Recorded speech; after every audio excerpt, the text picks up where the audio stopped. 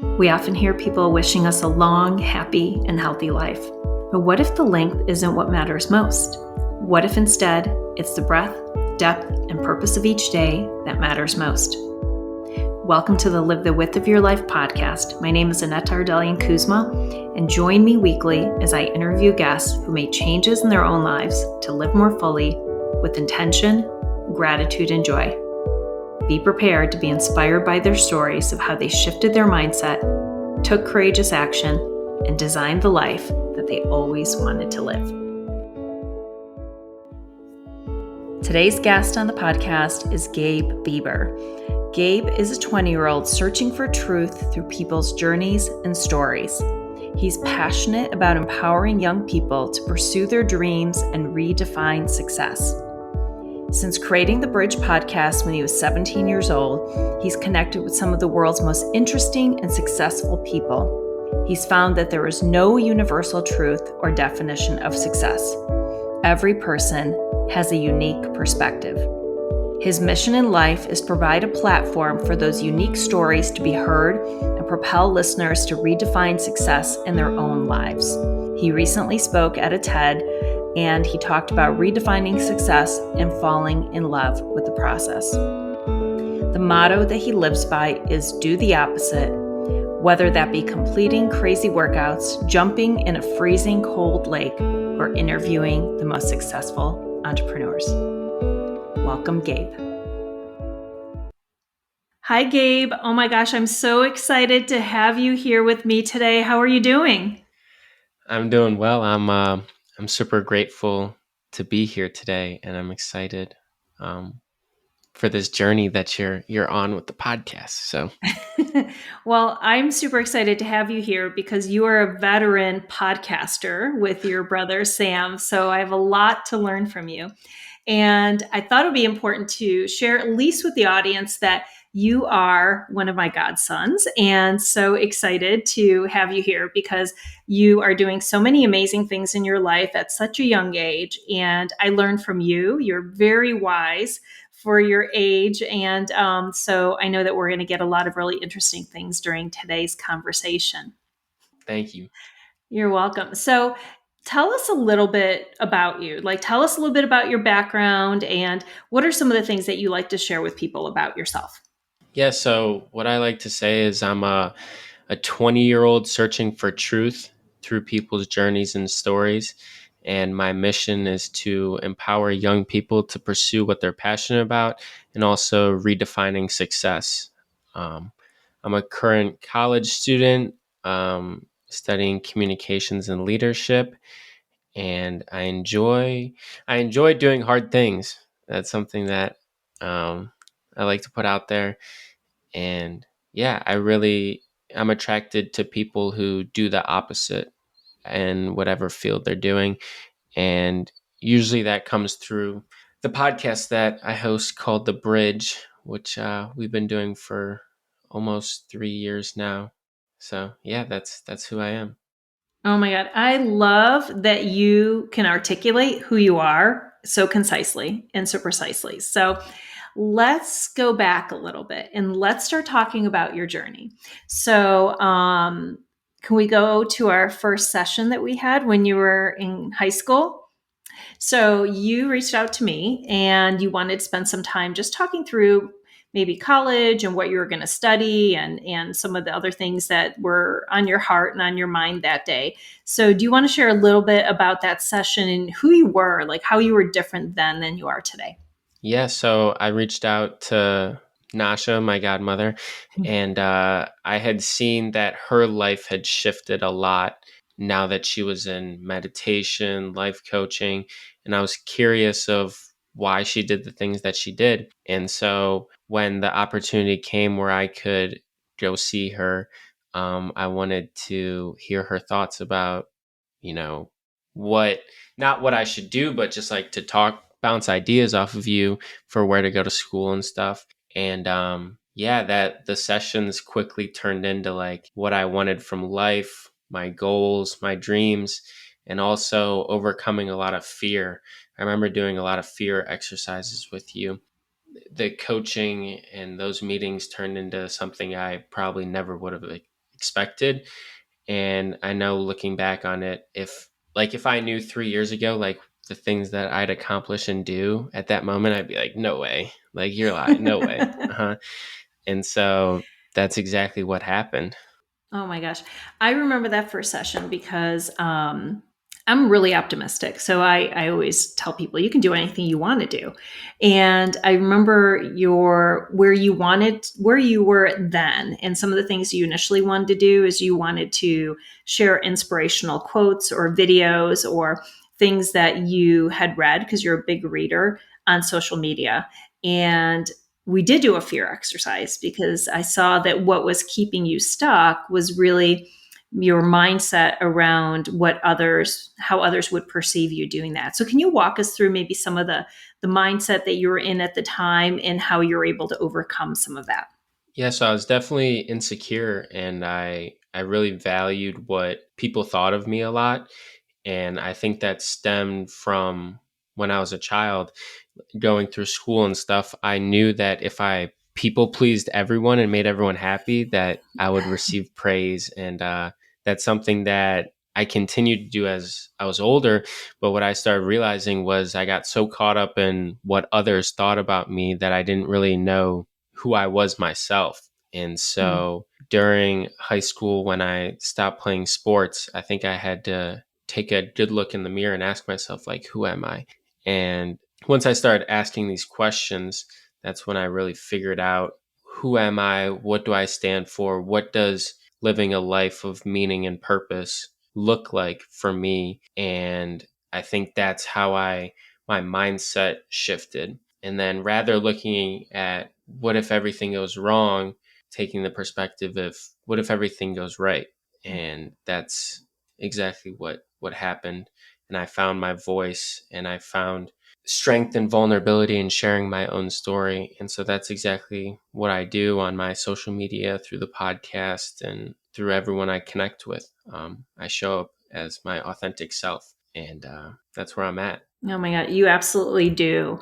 And I know that in high school, one of the challenges that happened, as you just alluded to, is that you stopped playing sports because you had an injury. How did that injury and something that seemed devastating to you at the time, if I remember, how did that actually serve as a catalyst for you to do some of this other work? Well, so I played football and basketball my whole life, and then I had concussions, stopped playing football, and then I injured my low back and stopped playing basketball. And what I realized is that there was never a time in my life where I had time to do things. It was always rushing to practice, like 3 to 5 practice, 5 to 7 practice. And I never had time to sit with myself, sit with my thoughts, and ask myself the questions of, what do I like to do? What are some of my hobbies outside of sports? And so when I first got injured, I it was devastating, and I remember I spent nights crying. I remember memories, like times of me in my dad's basement, just on my knees, like asking God, like, why? Like, why did this have to happen to me? Why did I get sports taken away? And what I realized was I was definitely getting my direction for my life shifted. And so I started diving into more reading, more listening to podcasts, listening to unique stories. And that's where my journey really begun, transforming myself into someone different. Hmm. Do you think that if you continued to play sports, if you didn't have to stop, do you think that you would still be on the same journey or would it just have been delayed? I think whatever happens is the right thing that happens. So, yes and no. I Yeah. think that I would be doing the same things, but might have taken me longer to realize. Mhm. Probably would have had a lot more concussions too. So maybe I wouldn't have been too okay. Oh my gosh. So you started posting, and do you remember the very first post or video that you put out there? Yeah, it was a video of me and Sam after we had worked out, and we finished working out like an hour before, and we were in some back room at the local YMCA, and I recorded a video upside down on accident, and we're talking about positivity and spreading messages of that, because social media is such a negative place where people portray like all these different things, and we wanted to portray something that was real and like the truth. And that was one of the first posts I made. So were you nervous before you put it out there? Yeah. Yeah. And we had technology issues, so it's like I had a lot of excuses to like not do it. Yeah. But once I put it out there, I was like, all right, like this is meaningful stuff. I can't really go wrong with like posting meaningful stuff. Mhm. And now I'm at the point where it's like, I post every single day, and I know I'm posting good stuff, and I'll never not. Oh my God, stop you posting. absolutely are posting good stuff. What was the feedback? So you had in your mind, you were worried about what people would think. You delayed doing it. So what was the response when you first posted something? Yeah, so I definitely got a lot of good feedback from people who I knew well and people who I didn't know that well. But I took the criticism. I'd say I magnified the criticism more than looked at the good feedback. And I even remember being with my friends one day, like we're at the soccer field, like playing soccer after a game, and it was me hanging out with a different group of friends, and I told my buddy, I was like, yeah, it was like so cool that we hung out like with that group. They were so nice. He goes, yeah, like they thought you were going to be some preacher dude because of the stuff you post on your Instagram. And I told them you're not like that in person. And so I like magnified situations like that, and I would overthink it and stuff. But what I realized is that I didn't want to be like everyone else. And I knew that I was different, and I had a responsibility to embrace my uniqueness and share my story. So Oh gosh. So tell me what prompted you to start a podcast, and how old were you when you and Sam started your podcast, The Bridge? I was 17. Okay. Yeah, 17.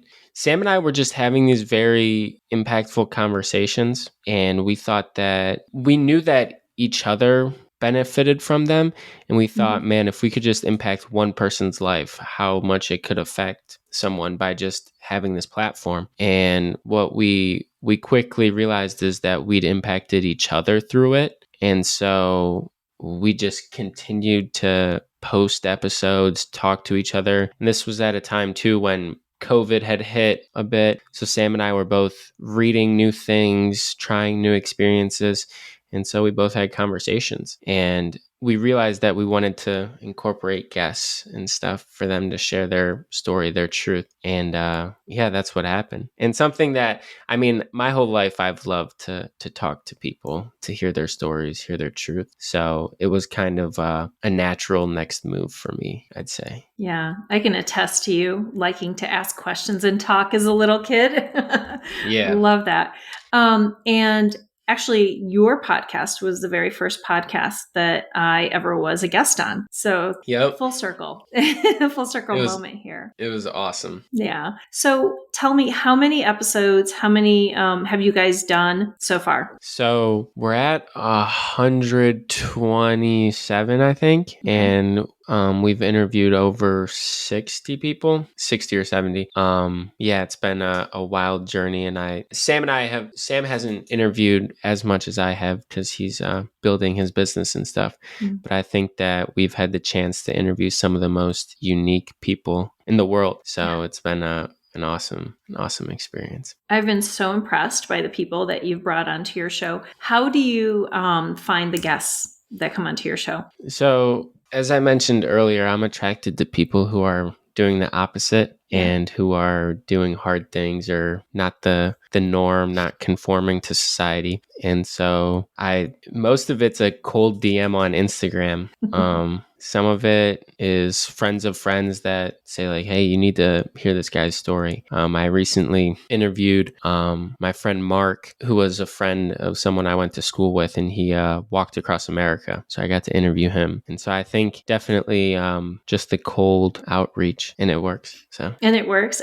So what's the response when someone sees a DM and you introduce yourself and you say, hey, want you to come onto my podcast. So, because before, a couple of years ago, you were worried about posting anything, and now you're just reaching out to folks on Instagram. So what has the response been? Oh, it's been great. Most of the time, if I get a response, it's 99% of the time a yes. I think that transparency is something that matters a lot when you reach out to these people, and I also don't send people like essays to read because nobody has time to read essays. Right. And I'm just very authentic that, hey, I'm a 20-year-old like searching for truth. I'd love to like provide a platform for your story, and I'm super curious and interested of how you got to where you are.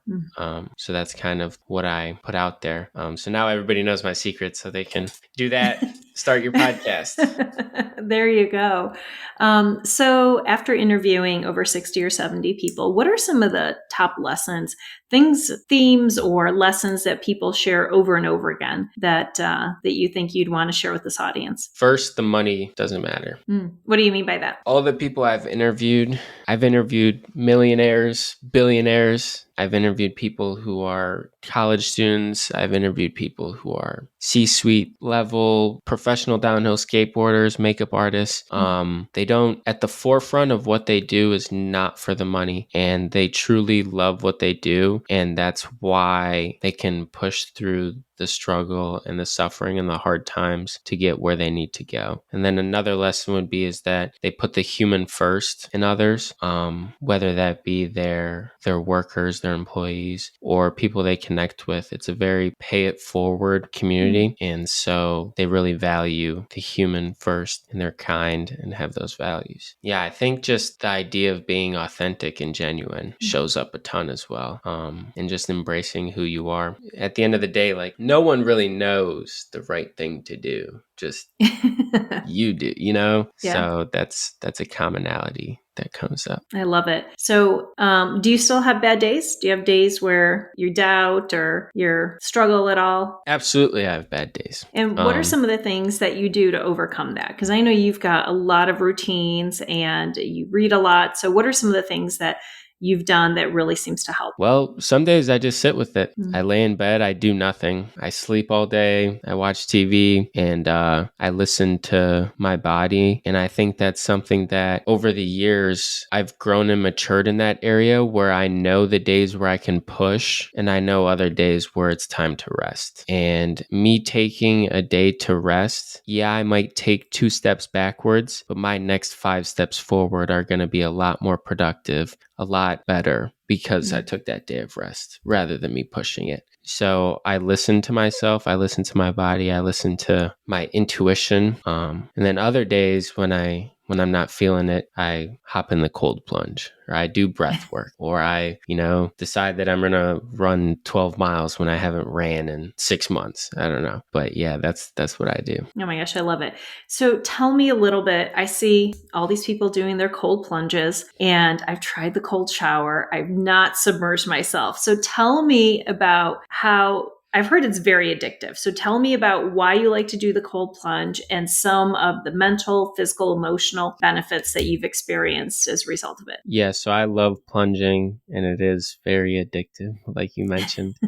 I started doing the cold showers. I actually dabbled in that area when I was in 8th grade, I think. I saw some basketball trainers said to do like hot cold showers. So I did that a handful of times. But I watched right before COVID hit, I saw the Wim Hof documentary, and I saw his spirit and this like no fear mentality. And I was like, I'm even getting the goosebumps talking. I was like, I want to be like him. And I know that he's human and he has the same wiring I do. So why can't I do that? And so I started doing the breath work, his breathing. And then I started going into the cold. And for me, it kind of simulates practice for life when those external stressors come in. So like the cold is an external stressor, and me putting my body in there, my heart rate wants to shoot up. I want to start hyperventilating, but I learned to control my breath and take deep breaths through it, which controls my heart rate, which allows me to go into the cold. And what I realized is that when a stressful situation happens outside of life, I just rely back on my breath, like deep inhalations, exhalations, slow my heart rate down. but there are so many physical benefits like dopamine, epinephrine, all this stuff that you can find on the internet. I don't know all of it. Yeah. It feels good, so I do it. That's fantastic. So have you felt that it's actually improved your immune system too? I know that one of the benefits is that it helps your immune system not to get sick as often. Is that something that has happened Yeah, in your experience? I don't get sick. And I used to get sick a lot as a child. And when I was younger, I had asthma and all these other things, allergies. And I get sick maybe once a year, and I just sleep all day and all night, and then I'm fine the next day. So definitely the cold, I can see that the breath All work right. and the cold has helped my immune system. I'm going to try it again, Gabe. I might need your encouragement. So what was cool when I was visiting friends in Los Angeles was we did breath work together, and then we plunged, and he has a chest freezer, and it's at like 37 degrees, 36, which is like cold. Mm-hmm. And some people plunge for their first time, and it was just an amazing experience to be there and watch it, and watch Mike coach people through it. And you realize that you can see the mental like hump that the people go over, and when they get out, it's like they realize like, yo, I just did this really hard thing. Like I know I can do this next hard thing, and it's an epic thing to watch and to be a part of. So. Oh my gosh. Speaking of epic things, you did your very first TED Talk this year. Mm. So it was amazing.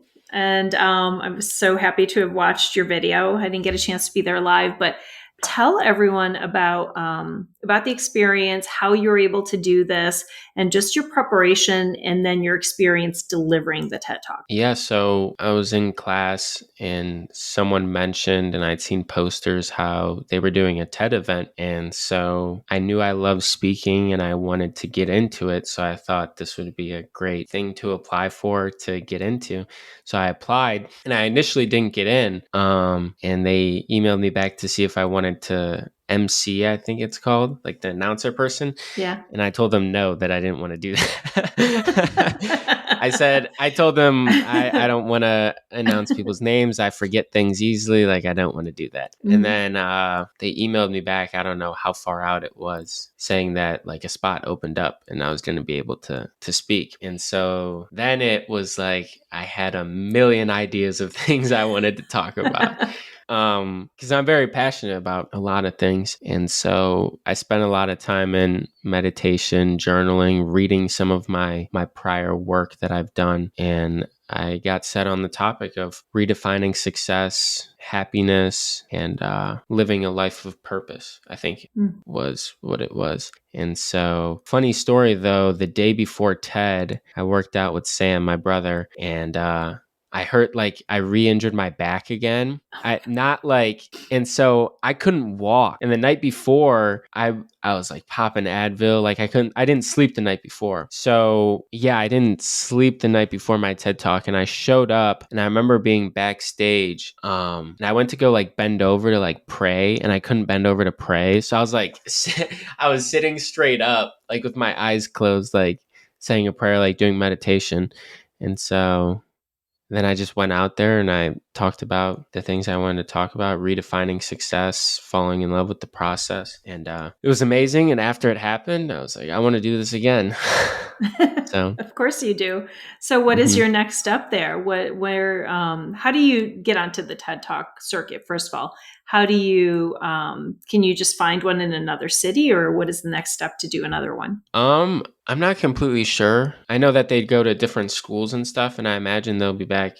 I don't know how many years they do in between at the school you're at, but I definitely want to get more into speaking and stuff. But that I'm still working on publishing my book. So my plan is to do the book and then speak about the book, I So love it. Your marketing plan. So tell everyone a little bit more about your book. Like, let's go back. Cause I remember you called me once and you said, "Hey, Nasha," which means godmother in Romanian. And you said, "I think I want to write a book." And I said, "Yeah, you absolutely should write a book." And so you started working on your book. So tell us a little bit about the book and what it's about. Well, I'll say this first. This was during COVID. I was half joking, half not joking. I was on a call with Nasha and I was like, hey, I want to write a book. And no hesitation, no like questioning. She just goes, your book's going to be amazing. Just write 1,000 words for 60 days and you'll do it. And so I sat there and I was like, all right, like someone put the path down in front of me. Now I just got to go do it. So I started writing. And when I didn't have things to write about, I put myself in unique experiences that gave me things to write about, whether that was meditation, breath work, vulnerable conversations, even the mundane. Instead of picking up my phone when I had 3 minutes in between classes, just like look around, see what everybody else is doing, look at the butterflies or something. But a big part of me writing was to unpack my own journey, and it made me take a look at my life. And it doesn't really matter what everybody else thinks about my book, just that the fact that I went through that journey and unpacked the things I went through as a child, as when I was younger, I made a lot of realizations that I don't think I would have made if I didn't write about them. So I wrote about that. And the book is just kind of like my thoughts, my journals, my essays as a 19-year-old, and what does purpose mean? What is happiness? What's like going through grief, stress, all these things. And I knew that as a 19-year-old, 18, 19-year-old, that I didn't experience a lot of things, but I'd also experienced a lot of things. And so I wanted to document that. And so that's what I did. And I've had basically a book in my Google Drive finished for like the past year. So I'm going to get that out to the world. And I think I just figured out my title too. But I'll tell you when we're not recording. Oh, not recording? Okay. I'm excited. I can't wait to hear it. I'm so glad you brought up the book. I wasn't sure if we were going to go there today because I think your book's amazing. And I think that it's such an interesting story to have someone who's 18, 19, 20, as you're editing it, as a young adult, really talking about the things that are important to you. Because I think the way, if I remember the way it was separated, you talk about your health, your mental state, your spirituality, faith, all of these things, which are they're really deep topics, and I think that they cover all ages. It's something that everyone can get something out of. So tell us a little bit more about your faith. I know that that's something that is a large part of your life, and how do you see that your faith helps you daily? Yeah, so I think my faith was like really tested when I was in high school, like when I started questioning like why are these things happening? And my faith continues to be tested throughout my life with things happening. But I think my faith is something that I just lean on like 24/7. I think that I'm confident in my identity as a child of God. And I also think that, a lot of people say like, like God, like whatever your God is, like God, Allah, the universe, I think it all correlates. And I don't think that it's like an argument, like this is my God and your God's the wrong God. It's not like that. I mean, we're called to do two things, and that's to love our God and love our neighbor. Pretty simple instructions. And so that's how I incorporate my faith through daily exercise, but also throughout my life, is to love those around me. And I think it's important to chase after big things, because that's how you can glorify your God, is by having these God-sized dreams. So I love that. Thank you. Thanks so much for sharing that, Gabe. So, what's next for you? What are some of the things that, I don't know if you have a bucket list, or how you keep track of all these hard things that you want to keep doing? Because I see you doing a lot of them.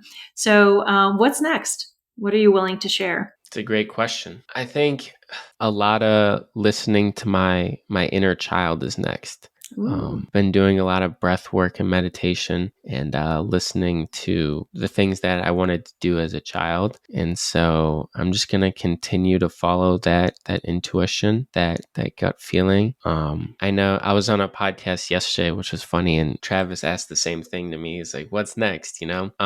So yeah, I think I'm gonna continue to do the opposite, and when everybody goes left, go right. Maybe do some long distance endurance stuff, speaking. I definitely want to get into facilitating breath work as well. That's something that's been on my heart these past few months. So I want to get into that and continue on this healing journey I'm on and share it, document everything, and just see where it takes me, because I know it's going to take me to exciting and fun places. I have no doubt. So, as you think back, so you've been on this journey for a few years now, and you've done so much in like over the last 3 years. You're 20. Just want to remind everyone. So, as you think about what advice would you give to your younger self? Is there anything that you wish you would known back then that you know now? I think I'd just say to trust yourself in the decisions that you make. I think in high school when I was younger, I was very curious, but I didn't share my thoughts a lot because I thought that I was thinking the wrong way or whatever. So I'd say continue to be curious with whatever that may be in your life, and that the one saying like this too shall pass is something I'd tell my younger self. It's like this too shall pass. I love it. I love it. So I'm going to ask you a question. You know, the title of the podcast is Live the Width of Your Life. And it's based on a quote that says, I don't want to live my entire life and realize I just lived the length of it, but also that I'd lived the width of it. What does it mean to you to live the width of your life? And how do you do that? It means to do more of the things that make you feel alive. I love that.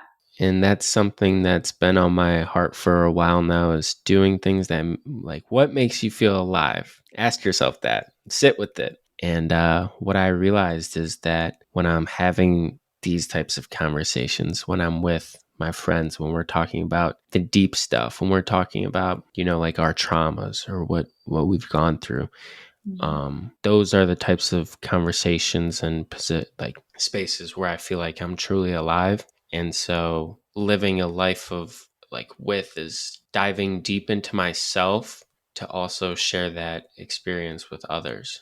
Yeah.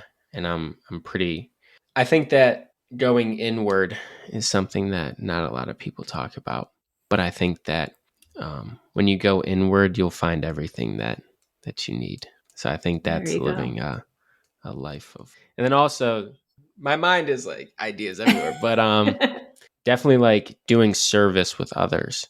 That makes me come alive. I realized that 2 weekends ago. I went to a conference all alone in Los Angeles, and I met some like lifelong friends. And one of our activities was doing service. And I got to know people so well. And it's like we bonded over giving back to the community. And I was like, what better way to like meet somebody and like get to know them in a shared experience doing service for others? So definitely service as well. I love it. Doing more of the things to make you come alive, going within, and then giving back and being of service. I think that's a beautiful definition. And Gabe, tell us how we can support you. How can we find your podcast? Where can people follow you on your channels? And is there anything else that we can do to support you in your endeavors? You can support me by going after your dreams. That's yeah, and then tell me about it. I love hearing people's stories. Um and also, yeah, like reach out to me. I always reply to everyone. And yeah, on socials, it's just Gabe.Beaver. Gabe Beaver. I'm on like TikTok, LinkedIn, all that good stuff. And yeah, I think you can support me best by chasing after your own dreams. Well, we will definitely include all of your links in the show notes. I want to thank you for coming on today. I always learn so much. I am so grateful to be your godmother. I just relish all of our time together, and I'm so proud of you. I just am amazed at all of the things that you have done and you've learned at such a young age. And I know the best is yet to come. Onward and upwards. Thank you so much, Gabe. Have the most amazing day. Thank you. I really appreciate it. And I'm super grateful to be here. And can I say one last thing before we end the Of recording? course. Okay. I don't know where you are, where you're listening from, what you're doing, but you're worthy, you're loved, and you're enough. Mm. That's on my heart to share. And so I just want to echo that message. I don't know who you are, where you are. Maybe I do know who you are, but you're worthy, you're loved, and you're enough. So Mm. Beautiful. And those messages always find the people who need to hear it. And all of Hmm. us need to hear that. That's something for all of us. I receive it. Gabe, I receive it from you to me as well. Thank you. Thank you. Thank you. And we'll have you on soon to learn more about other things that you're doing. Thanks so much. Absolutely.